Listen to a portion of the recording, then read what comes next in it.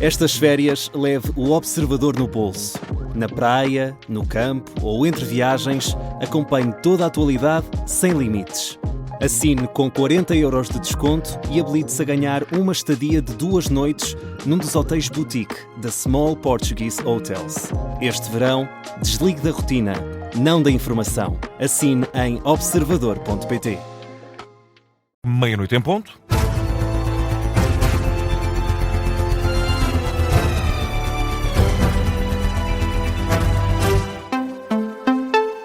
Jornal da Meia-Noite com a edição da Laura Figueiredo. E Laura, o Ministro da Administração Interna diz que se sente legitimado para continuar a desempenhar funções. Luís Neves tem estado sob pressão na sequência da polémica com as obras da casa que tem em Odmira e também do outro lado encontrado em casa do construtor que trabalhou na propriedade e de quem é amigo. Esta tarde, Luís Neves esteve na sede da Liga Portuguesa dos Bombeiros e, confrontado com as recentes polémicas, diz que se não se sentisse legitimado, não continuaria a desempenhar o cargo. Já anteontem tem uma declaração que responderei na altura própria, ponto por ponto, e quero dizer que o senhor é que fez essa questão, que me sinto totalmente legitimado para continuar a fazer o meu trabalho.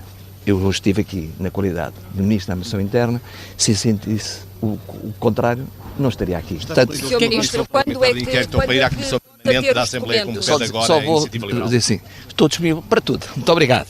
E continuará sempre em funções? Claro que sim.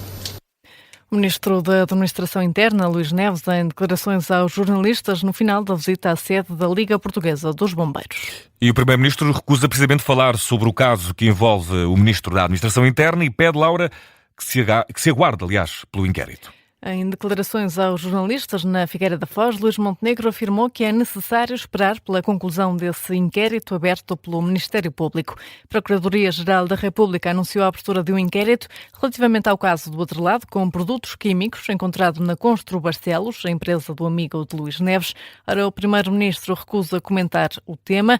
Quando questionado sobre a coordenação do Executivo, Luís Montenegro responde que o Governo está em grande forma e a trabalhar todos os dias. Luís Montenegro, que diz também que Portugal é hoje um país mais amigo do investimento. Num discurso na Figueira da Foz, o Primeiro-Ministro destacou as parcerias que considera serem de topo com os Estados Unidos e com a Alemanha e afirmou que o combate à pobreza se faz com a criação de riqueza.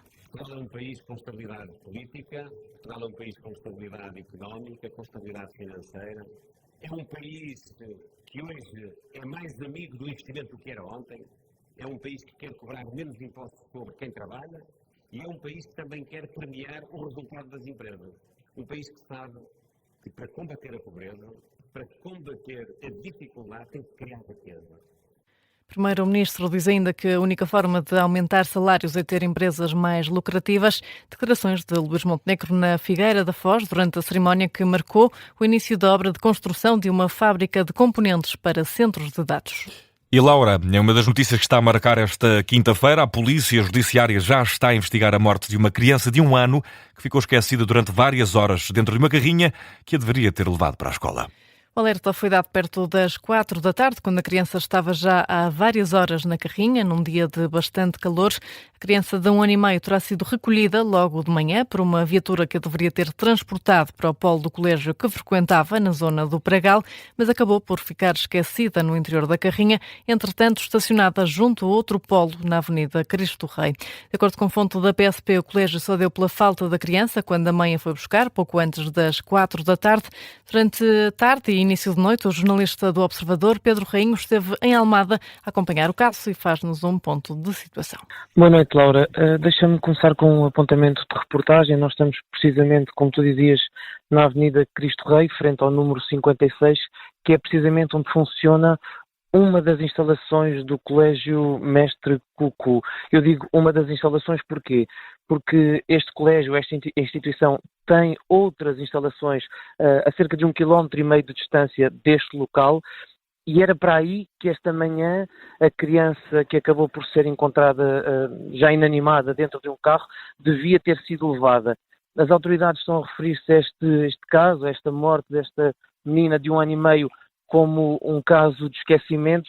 O que aconteceu foi, e segundo aquilo que conseguimos apurar ao longo das últimas horas, como era habitual todas as manhãs, os pais prepararam a criança para ir para a escola entregaram-na à porta do prédio a uma funcionária do colégio. Isso era absolutamente habitual, acontecia várias vezes por semana, segundo nos relataram alguns dos vizinhos desta família.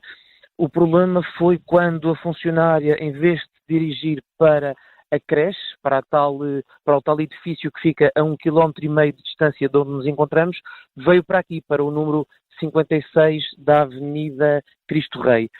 E depois, enfim, o dia decorreu e só à meia da tarde, cerca das 16 horas, quando a mãe, ao que foi possível perceber, quando a mãe ia recolher a criança depois do dia de trabalho, houve um período de desorientação, nenhum dos funcionários da creche sabia onde estava a criança e foi nesse momento que uma funcionária, já neste edifício, acorreu à tal carrinha, um SUV, e se apercebeu de que a criança estava inanimada na cadeirinha onde tinha sido transportada ao início da manhã. Enfim, ainda houve manobras de reanimação, já não foi possível reverter o estado em que a menina se encontrava e o óbito foi declarado neste mesmo local. Deixa-me só dar-te um apontamento de reportagem. Como eu dizia, nós estamos em frente ao edifício do colégio. Neste momento os portões estão fechados, as portadas amarelas das janelas também estão fechadas, as luzes todas apagadas. Há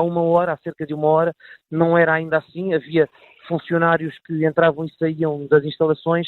Nós tentámos abordar alguns desses funcionários.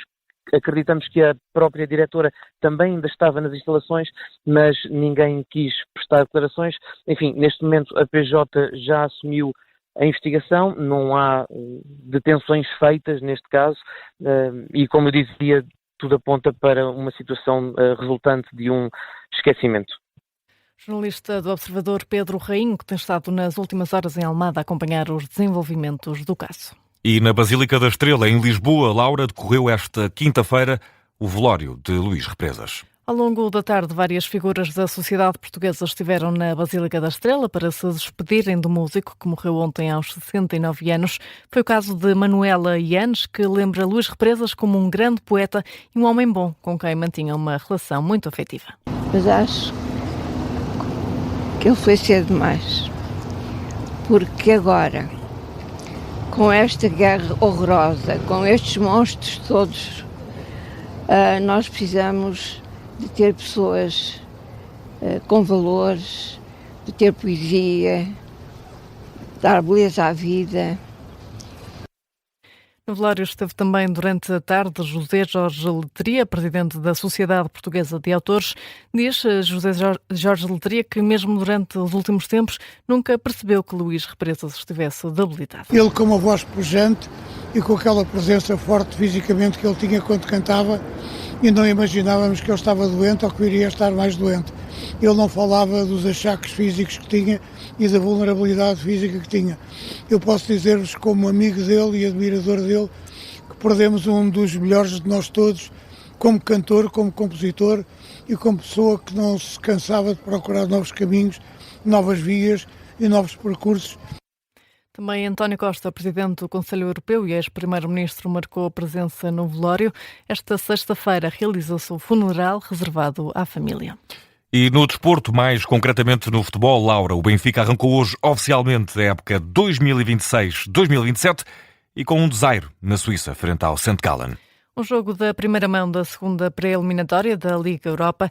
Os encarnados foram derrotados por 2-1 em casa dos suíços. A formação helvética adiantou-se no marcador aos 37 minutos por Alio Baldé. O Benfica empatou 7 minutos depois, através de Rafa, mas o St. Gallen sentenciou o encontro aos 80 com um golo de Tom Gall.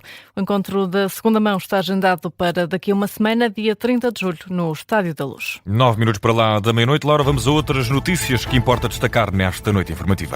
Foi detido em Lisboa um imigrante ilegal que fugiu do Centro de Instalação Temporária do Porto. De acordo com a PSP, o imigrante foi interceptado pelas autoridades na Estação do Oriente, em Lisboa. A mesma fonte indica que o imigrante vai ser novamente levado ao Centro de Instalação Temporária de onde fugiu. O imigrante de nacionalidade brasileira tinha fugido durante esta tarde do Centro de Acolhimento de Cidadãos Estrangeiros na cidade do Porto. Em França, um incêndio obrigou já a retirada de cerca de 20 mil pessoas de casa. O fogo, que atingiu já mais de 3 mil hectares, está agora contido, de acordo com a autarca da região. O fogo começou ontem, ao início da tarde, numa região turística no sudoeste do país. Uma casa foi destruída pelas chamas, mas não há registro de vítimas.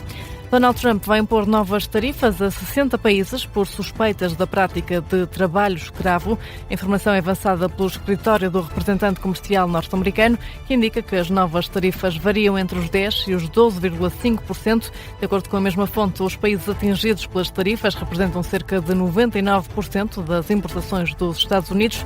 As novas tarifas vêm substituir as de 10% aplicadas atualmente, que chegam ao fim amanhã. Ponto final nesta edição da meia-noite e também nesta noite informativa na Rádio Observador com a Laura Figueiredo, que está de regresso amanhã a partir das 8h30 da noite. Um abraço, Laura, bom descanso. Obrigada, até amanhã.